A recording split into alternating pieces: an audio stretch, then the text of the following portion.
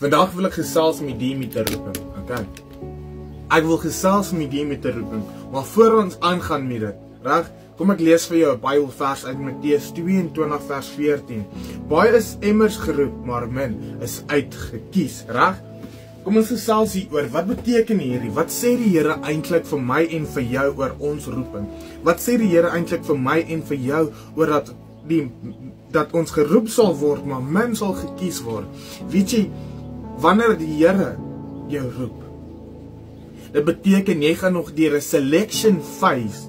Jy gaan nog deur moeilike tye gaan, maar luister, daai moeilike tye het niks te doen met jou nie. Daai moeilike tye het niks te doen met jou nie, of jou familie, of die mense rondom jou. Daai moeilike situasies is nie daar om jou te breek nie, maar om jou te bou. So die Here sê daarso, dat baie sal geroep word, maar min sal gekies word. Hoekom? Want die wat verstaan dat alles wat gebeur in hulle lewe,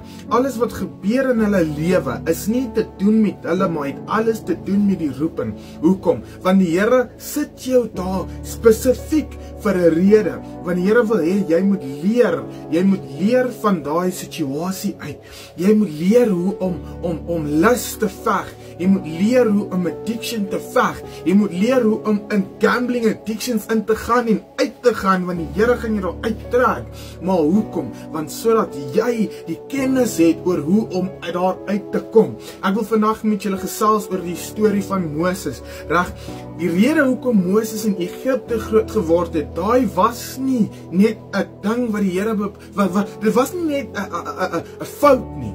Die Here het hom daar spesifiek gesit vir 'n rede. Want die Here wou gehad het, hy moet groot word en sien hoe sy mense behandel word, sodat hy daai vuur in hom, daai brandende bos in hom kan hê, dat daai brandende bos in hom kan brand groter en groter, sodat hy groot word. En wanneer die Here hom roep en sê, luister, dit is wat ek wil hê jy moet doen, sodat hy nie hoef te wonder hoe en waar nie. Die enigste ding wat hy gesê het, okay, fine, mooi, Here, ek kan nie, ek is nie verbally daar nie. En die Here het gesê, okay, nee, luister, ek het Aaron vir jou, hy kan mos praat, reg? En dis wat ek met jou wil gesels. Jy is nie nou in Egipte, want die Here wil hê jy moet daar wees of rejected voel, of weggegooi voel. Want die duiwel kon na Moses toe gegaan het en gesê, luister, jy's hierso, want die Here en niemand gee om oor jou nie, jou ma het jou weggegooi, en daai tipe van goed, maar dit is nie daaroor nie. Dit is oor die Here se doel, dit is oor die Here se roeping vir jou lewe, want hy moes daar in daai situasie wees, sodat hy sy mense daar uit kan haal.